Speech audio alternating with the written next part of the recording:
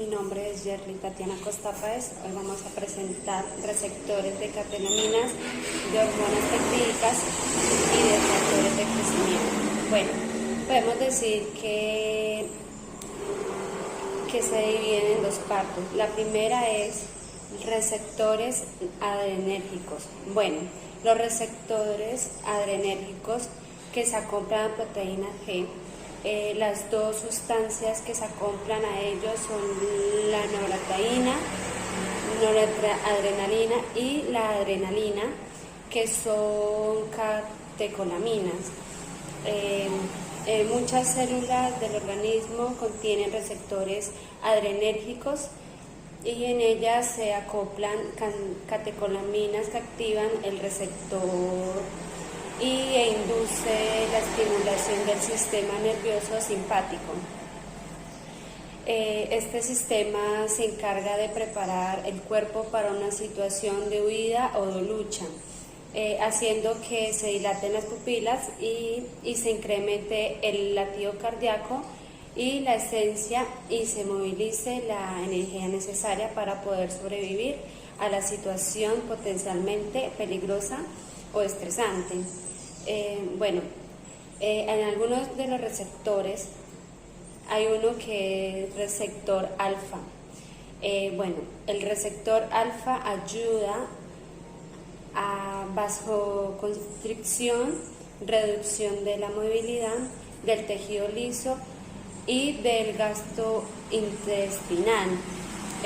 Primero en el alfa 1, principalmente es la acción que se desempeña en los receptores alfa 1, que implica la contracción del músculo liso, produciendo la vasoconstricción de algunas venas, incluyendo más en la piel, el sistema gastrointestinal, la arteria renal y las cerebrales y otras áreas que se pueden dar la contracción del músculo liso. Podrían ser, por ejemplo, uretre, conducto deferente, músculo piloso, útero en cinta y por último, también podemos decir que los antagonistas de alfa 1, es decir, son aquellas sustancias que al acoplarse inducen acciones contrarias a las que se desempeñan los agonistas.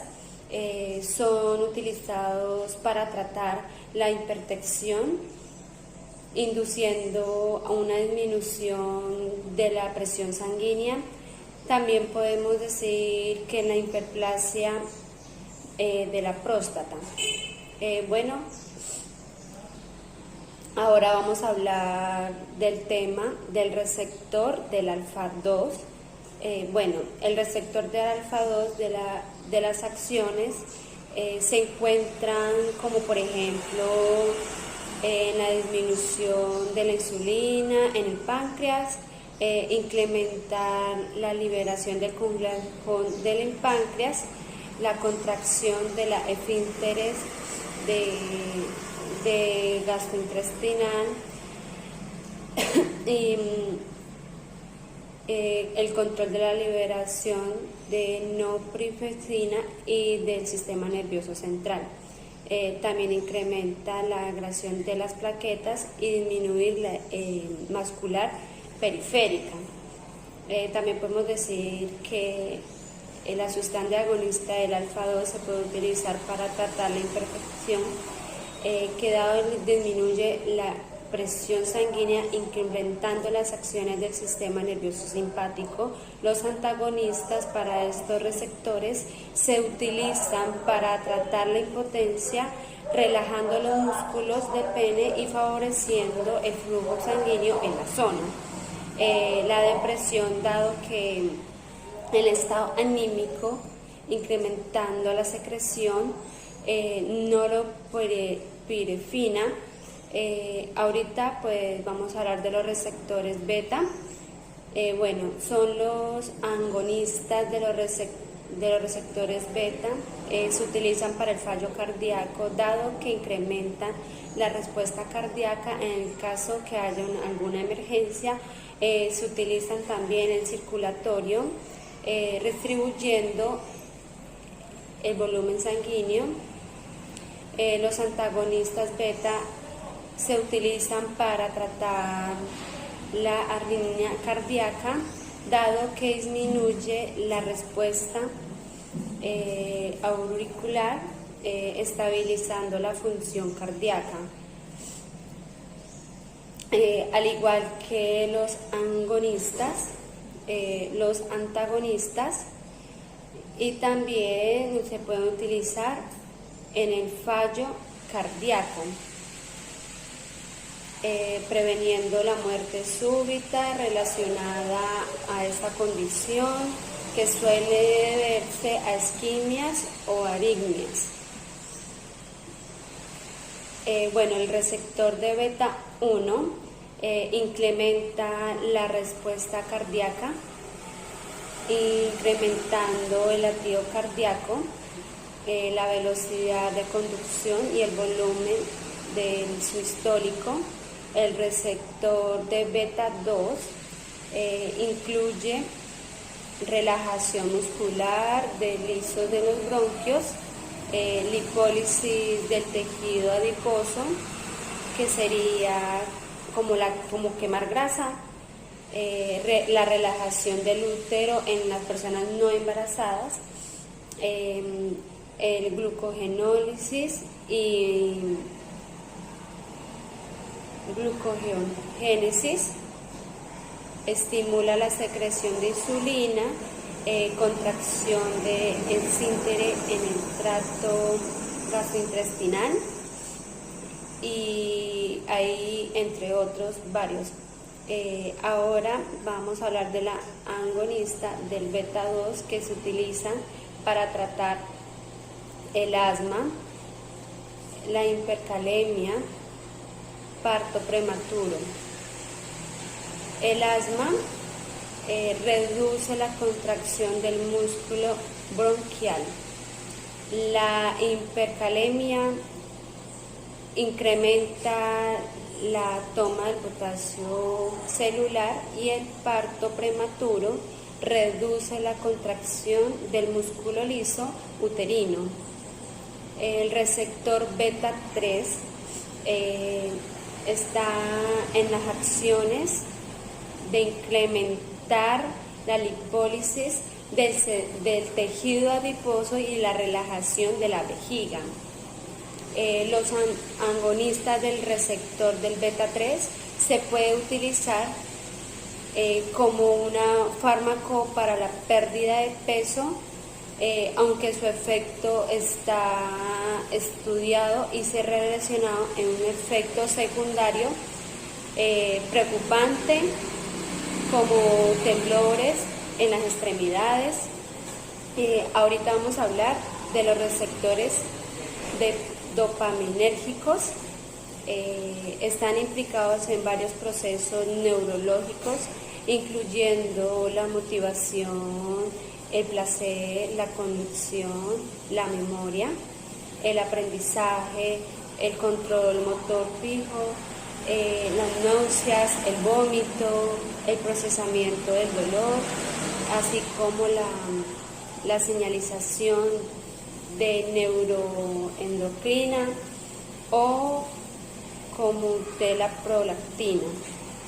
Podemos decir que una anormalidad de la señalización del receptor de las vías dopaminérgicas están implicadas en desórdenes que pueden ser neuropsiquiátricos severos, tales como por ejemplo la esquizofrenia, los trastornos de estados de ánimos, el trastorno obsesivo compulsivo, también el trastorno del espectro autista, el trastorno de déficit de atención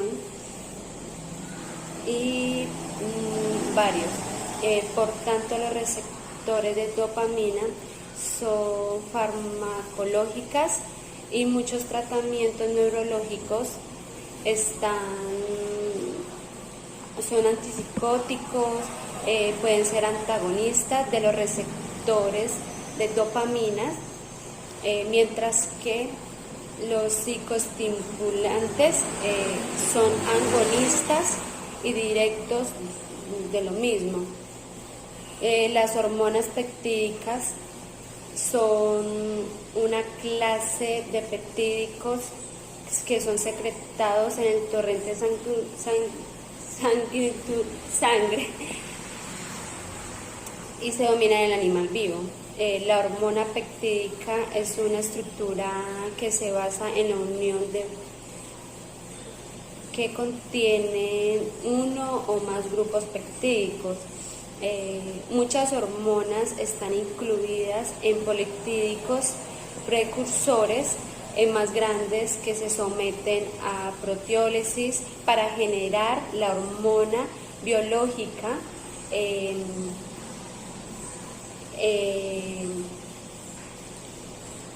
Los factores de crecimiento son un conjunto de proteínas presentes en el plasma y en las plaquetas en nuestra sangre y que se desempeña una función esencial en los procesos de preparación y de regeneración de los tejidos, ya que se desencadenan como por ejemplo la proliferación o diferenciación celular, la generación de vasos sanguíneos y la migración de las células a los lugares que sean necesarios que se produzca la generación quimiotaxis. Se puede considerar que los factores de crecimiento son los mensajes que se utilizan el cuerpo para comunicar las células cuando deben crecer, diferenciarse o moverse para reparar una lesión. Los factores de crecimiento están regulados por diferentes mecanismos que contienen la activación genética como la extracción y traducción de gente de factor de crecimiento, la modulación de señal por el receptor, el control de la respuesta celular molecular, el control extracelular por la disponibilidad del factor de crecimiento que es atrapado en la matriz extracelular. Por último, debemos saber que los factores de crecimiento actúan de diferentes diversos sobre las células, que son autocrinas, parocrinos, endocrinos, entre muchos. También podemos decir que se aplican mediante infiltraciones indolorosas en la zona dañada, por lo que no es necesario aplicar anestesia local, excepto en algunos casos que si lo requieren serían como en lesiones de cadera, que el tratamiento se realiza en quirófano, bajo anestesia o guía ecográfica. Suelen realizar el total 2 o 3 infiltraciones entre una semana o 15 días. También me dediqué a averiguar unas ciertas preguntas y dar mi opinión o cuánto tiempo tiene que pasar una infiltración de factores de crecimiento. Mi respuesta sería, pues el tratamiento completo normalmente consta de 3 infiltraciones con un intervalo de descanso entre ella o 2 descansos entre semanas, dependiendo el tipo o el grado de la lesión.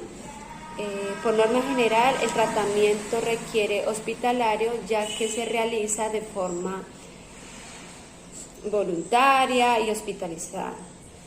¿Cómo actúan los factores de crecimiento? Pues los factores de crecimiento emplean los propios mecanismos de regeneración circular humano,